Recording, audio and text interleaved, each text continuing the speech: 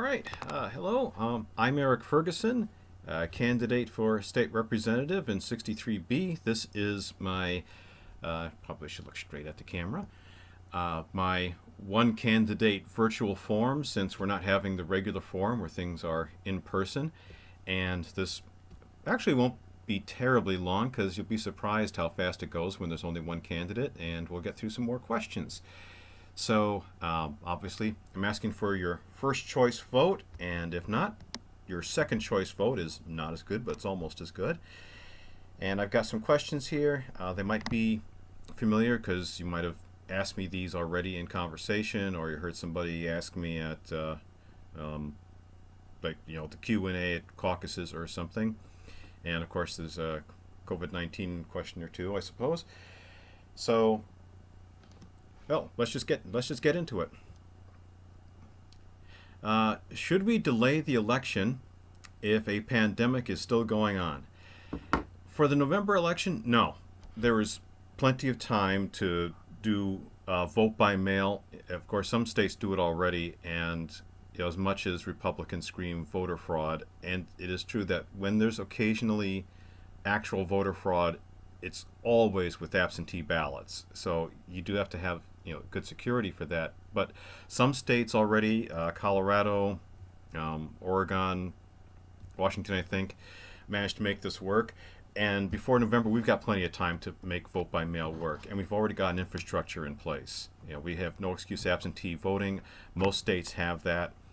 All states have some kind of absentee voting. So for any state, there's just no reason not to get this done by starting on it now. And the poll workers who don't want to work at polling places because they're afraid of possibly getting infected by COVID-19 can be retrained in how to handle absentee ballots. And we've got to be able to figure some way where people won't have to be in close contact and we still have all the security measures in place. And frankly, we should be able to do this even in Minnesota for the August primary. And I hope I'm not getting Steve Simon ticked off me for saying that, but it seems like we should be able to do this for our August primary. Okay, next question here. Come on, here we go. Should we ban plastic packaging? Somewhat. Some packaging, and some packaging is recyclable. Unfortunately, not as much plastic is recyclable as we might think from the little symbol on the back that has the number that shows the kind of plastic it is and indicates it's recyclable. But for a lot of it, maybe it's technically feasible, but it's not economic for any recyclers. Ironically enough, the plastic that's pretty readily recyclable are plastic bottles. So if you've been feeling guilty over having bottled water, you can at least stop feeling guilty about the bottle itself. That's recyclable. It's still a bad idea because your tap water is a little fraction of the price, and somebody still had to ship that bottle of water to you and was traveling by fossil fuel the whole way along. So still a bad idea, but in terms of the bottle itself, don't feel guilty about recycling that. Or reuse it multiple times. When I have to get bottled water, I try and refill the bottle a few times to get more use out of it. But other packaging is something we need to consider getting rid of. Like, I guess I'm thinking about a supermarket.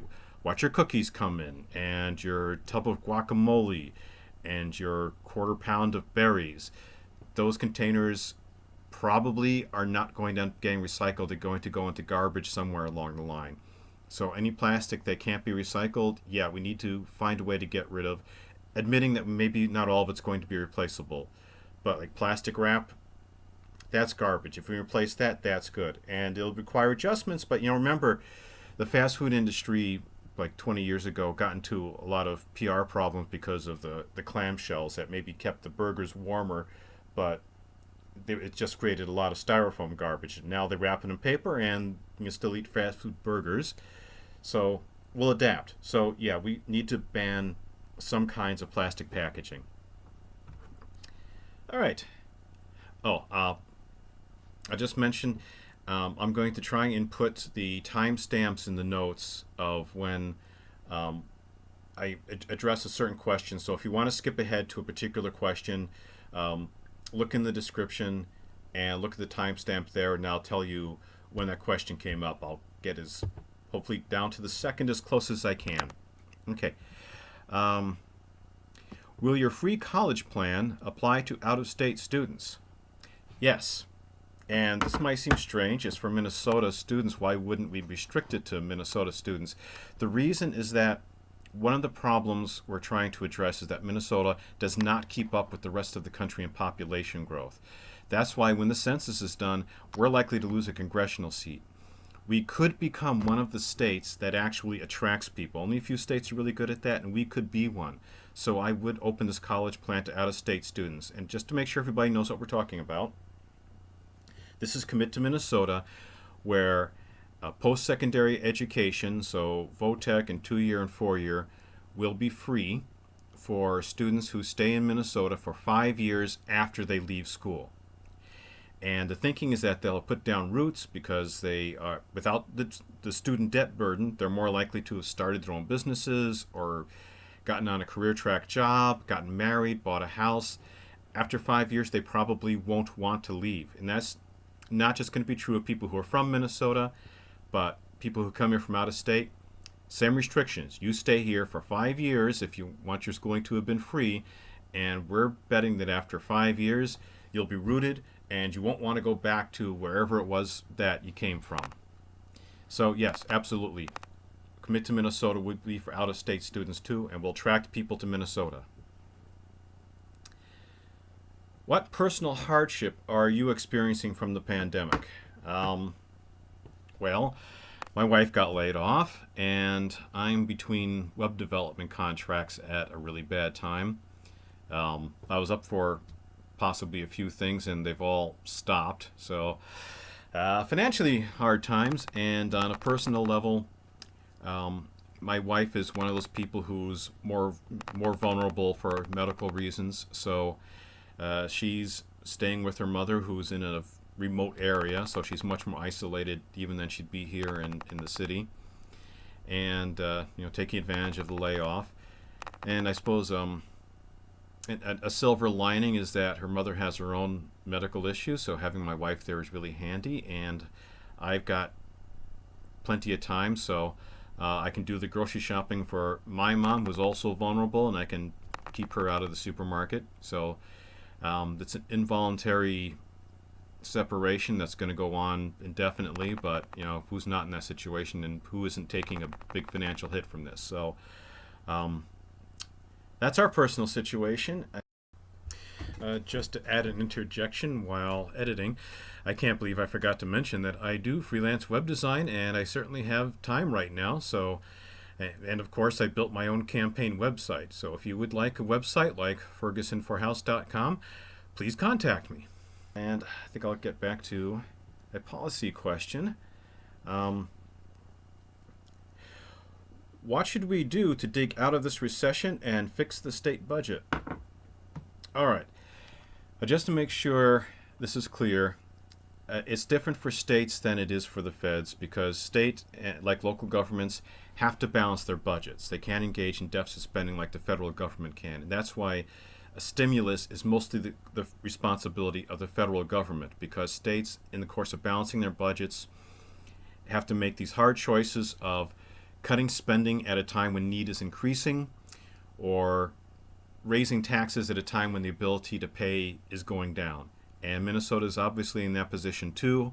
We've got a rainy day fund, but this is perhaps the biggest recession we've ever had. This is going to be bigger than the Great Recession 12 years ago. So we can't assume the rainy day fund is going to cover it, and obviously the projected surplus isn't going to happen now.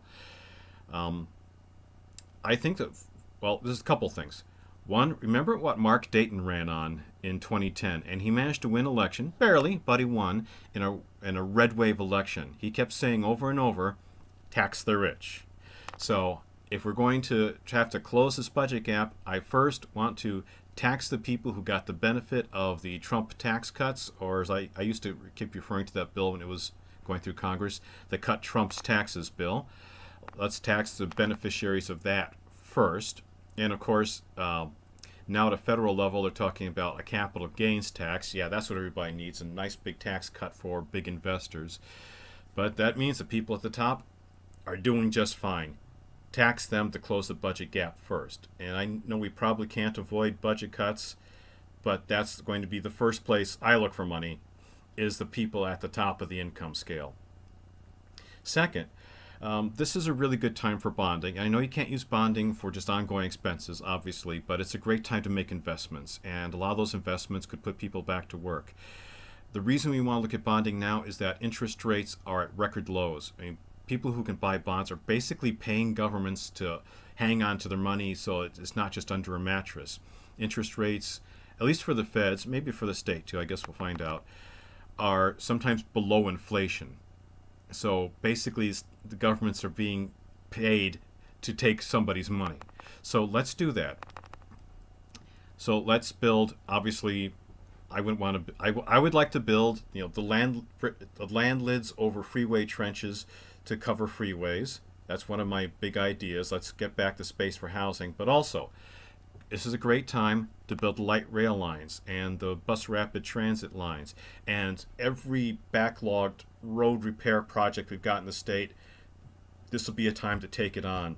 And our sewer systems, our waterworks, every public building that needs a bunch of work or you've been trying to get this thing built for a while, now's the time.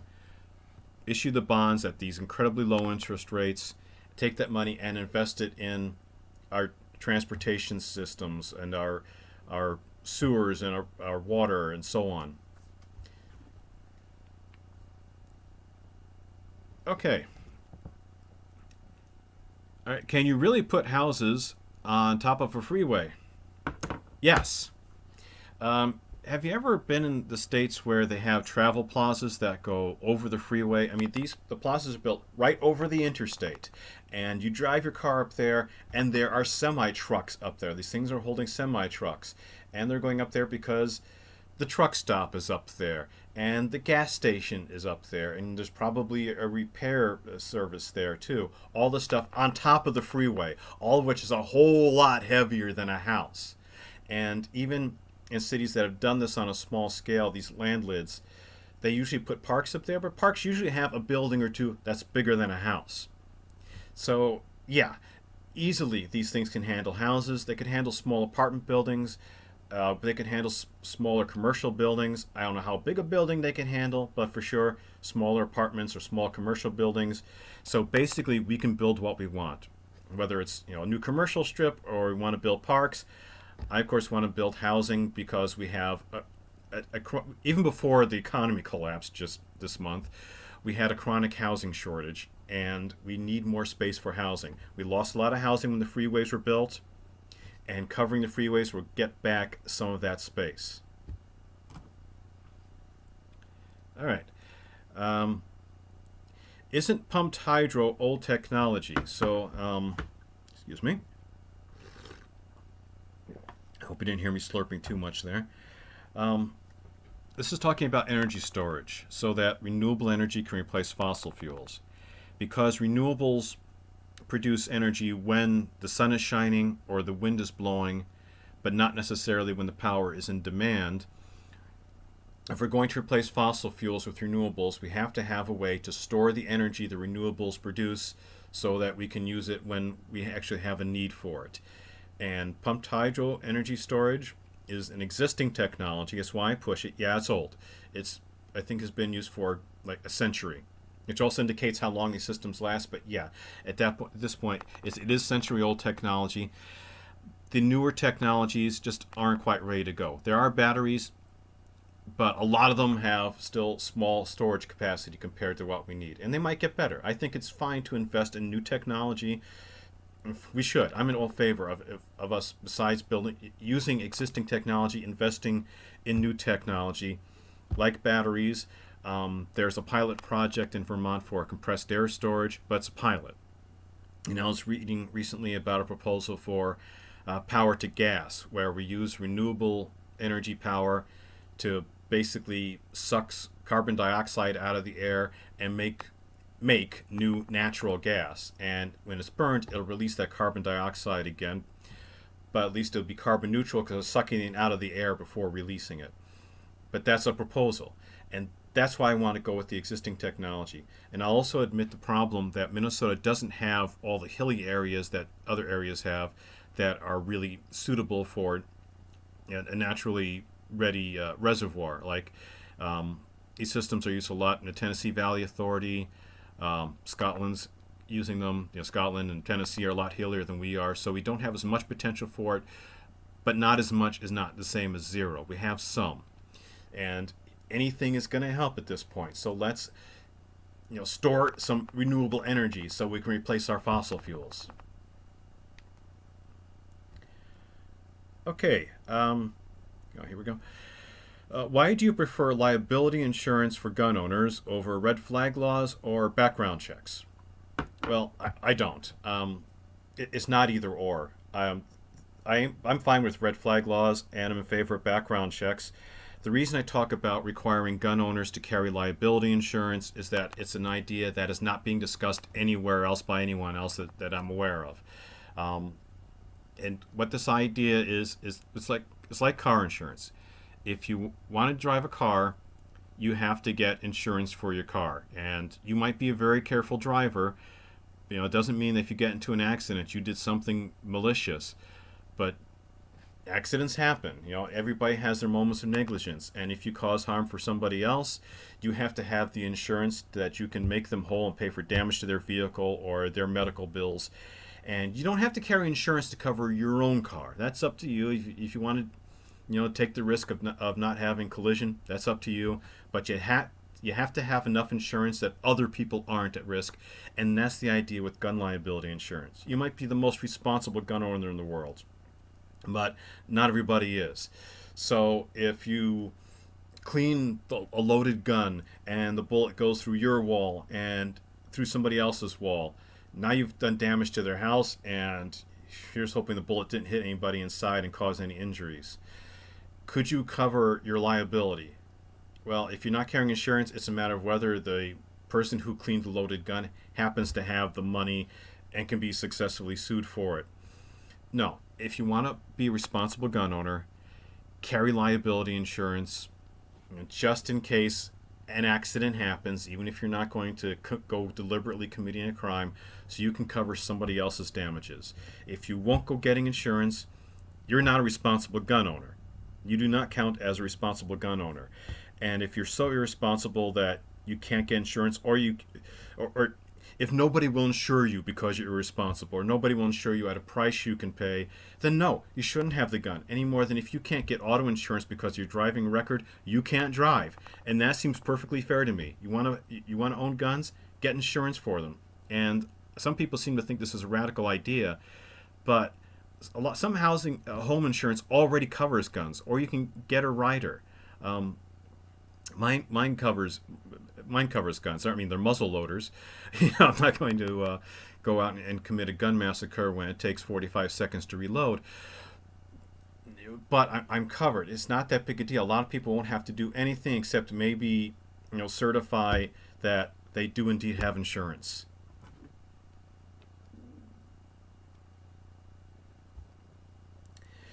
All right. Getting local here. What should we do with Hiawatha Golf Course and Minnehaha Creek watershed?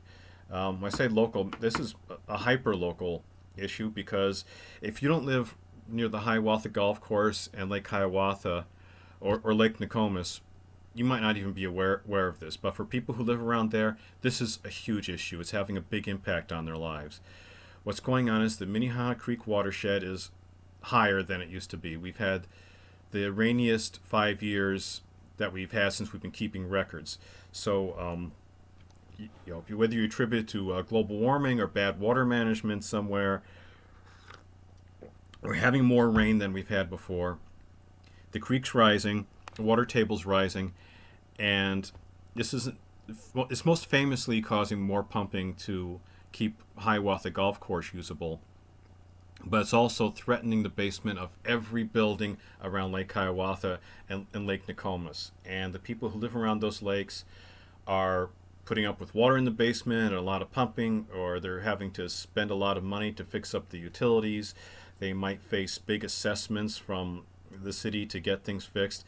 And I think that their concerns need to come first because they didn't do anything wrong. Um, they bought those houses, built, those houses have been there for decades. The people who were living around there mostly came in before this was a problem.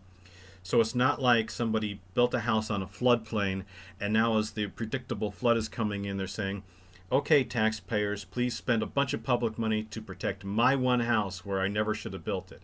That's not what's happening. People are very legitimately upset that this wasn't an issue when they bought their house or built their house and moved in, and now they're worried about being flooded out. So we also have to recognize that there's no going back to nature option here.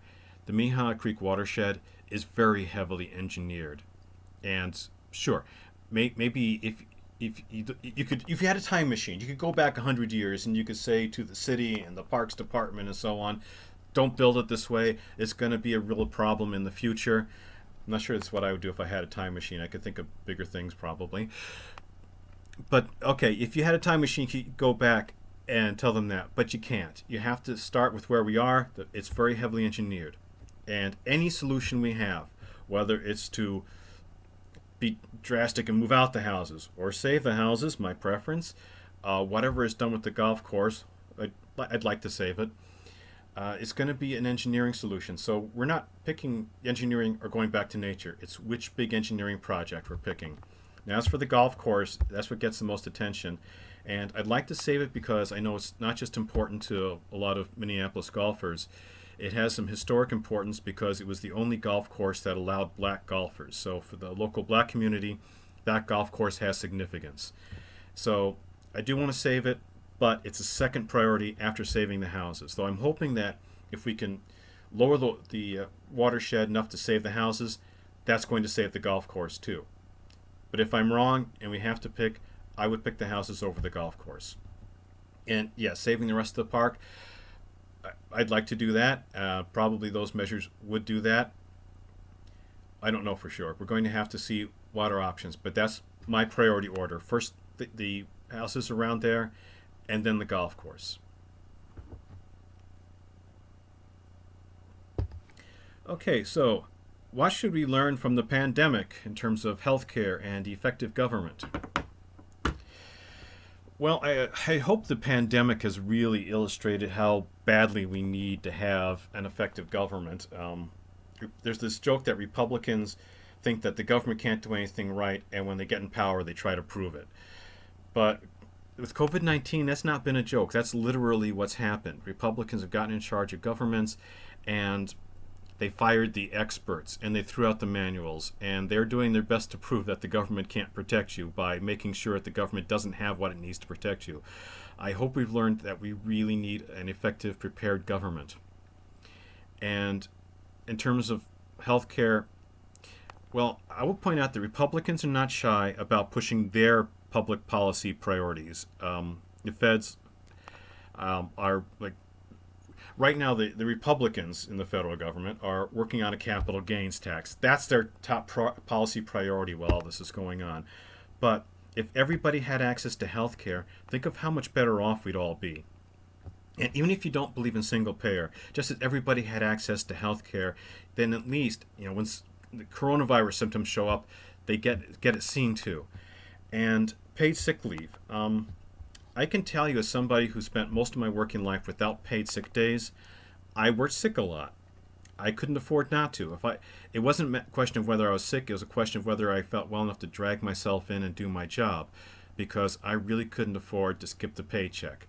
And a lot of people in that situation, and now we're hitting this pandemic where we're telling people don't work, burn up your sick time and use that, but something like a quarter or a third of the population does not get paid sick time. So if they have to stay home from work, they're going without paychecks. That's a huge hardship, which means they might drag themselves into work if they can, and they're going to get other people sick. Their coworkers are going to get sick. The customers they deal with could get sick.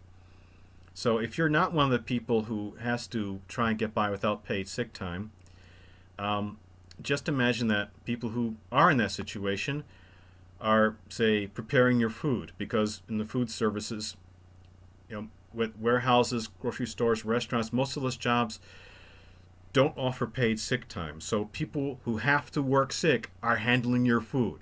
Now do you care about paid sick time?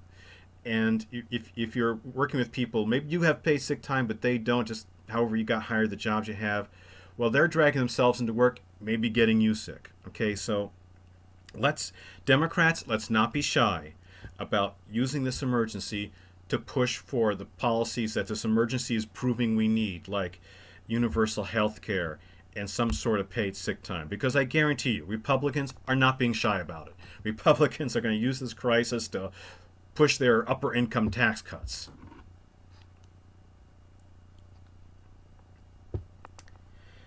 Oh, and just to get back to that, something I should have mentioned on the question about delaying the election. Another reason I don't want to delay it, because several states have delayed their primaries, and it's practical because people don't want to go to the polling places and they don't have time to put vote and mail in place. I am concerned about governors and the president having the ability to delay an election when they declare an emergency. I can easily see that getting abused. I mean, authoritarian rulers the world over have a long tradition of delaying elections that they're going to lose. So that's another reason why I want to get us ready for vote by mail now, so that there's no excuse for delaying the general election, especially, or any primaries to come. I don't want anybody in executive power to be able to just delay an election when they declare an emergency.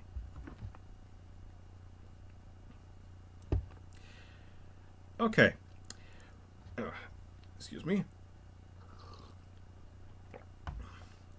Okay. Will the college plan be prorated? Like, if you stay half the time, would you owe just half the money? No, it will not be prorated. If you want to take advantage of Commit to Minnesota and get your free post-secondary education, you stay all 5 years. If you leave even one day before that 5 years is up, then all the cost of your education becomes a loan, and you're going to pay us back every penny of it. And the reason is we want people to put down roots in Minnesota. We don't want people to stay here just long enough to reduce their debt to what they think is a manageable level, and off they go to take the benefit of their educations to other states. I don't want them, just trying to slide by for a couple of years and say, okay, I think I can manage a loan from this point, and they've only got 60% of the cost left to pay. No. The purpose is to have people put down roots. So it's going to be staying the whole 5 years, no prorating. You leave one day too soon, you pay back all of it. So make sure you stay the whole 5 years, and people are going to be staying in Minnesota permanently. At least that's what I think is going to happen. And yeah, it goes fast. You only have one candidate who's going to answer questions. You get more questions in. So maybe there's an upside to one candidate form. So, final question. What should we do about saving Fort Snelling? So, another hyper-local question. Fort Snelling, you probably know if you live here. In case you're looking from somewhere else, you may not know.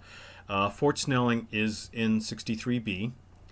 And the quote-unquote newer part of Fort Snelling consists of buildings that were built in the late 19th century into the 1940s. The new buildings, the relatively new buildings, are from World War II. So that's when Fort Snelling was no longer a regular army base. And bits of the fort have been reused for other purposes, like the Veterans Administration hospitals right across the street from me. I used to work at historic Fort Snelling, where the original early 19th century fort has been reconstructed. I spent a long time there, so obviously Fort Snelling's a subject quite near and dear to my heart. What we're talking about here are some of the surviving buildings from the late 19th to the middle 20th centuries, and they're in terrible shape. They've mostly not had maintenance they need. A few have been refurbished and used for veterans housing. I'm not sure. No, I don't know if it's permanent or it's transitional, but some has been. But most of the buildings are in really sad shape, and the only maintenance they get is maybe if there's a hole in the roof if that's big enough, the roof gets fixed, or if the windows get broken, they cover it with plywood. The DNR's got charge of a lot of it, but they don't have the resources to do anything more than that. So there have been a number of proposals over the years to reuse parts of it, and Bista gets saved, where the Boy Scouts, where the Boy Scouts are now. I'm forgetting the original name of the building, but it was where they used to store tanks. That was a pretty substantial building, and you got the runaround artillery pieces during drills in there. That building is survived and is still being used, but there are a lot of buildings that aren't. There's a huge barracks that was going to be refurbished to be low-income apartments, and just recently, within the last, I think, 6 months, the private developer backed out of the project. They said it was a lot more expensive than they thought. So private development simply isn't going to work there because these are old buildings. They're pretty costly. They won't recoup their investment. Even apparently with as much public money as was going into it, it wasn't enough. If we want to save these, and I do, we have to look at these not just as a housing project, but as a historic preservation project. And I can't promise that an investment made by the public is going to pay the public back more than was put in. It might not be an investment. It might be a cost. I'm just going to be upfront about that. I'm not confident that it won't be a cost. But do you value historic preservation? As somebody who does, I think we need to spend the money to make these buildings usable, and then a private developer will be able to come in and willing to do the work to turn them into reusable houses again or apartment buildings, but they're not going to do it unless they can make some money on it. And we do need housing, and so that's why housing was pushed forward, because we have this housing shortage. The reason I want to cover the freeway is the housing shortage. So that's another reason why I do want to save those parts of Fort Snelling, those older parts. Just to make a correction, the Boy Scout base camp is at the building that it was the Fort Snelling Hippodrome. It was built for horse-drawn artillery. I knew that. Why did I say tanks? All right. Well, that's our last question. Thank you so much, especially if you've been watching the whole way through. On YouTube, in the description down below, I'll put in the timestamps of when the different questions came up. So if somebody wants to jump ahead or you want to go back and find something, you can pretty readily do that.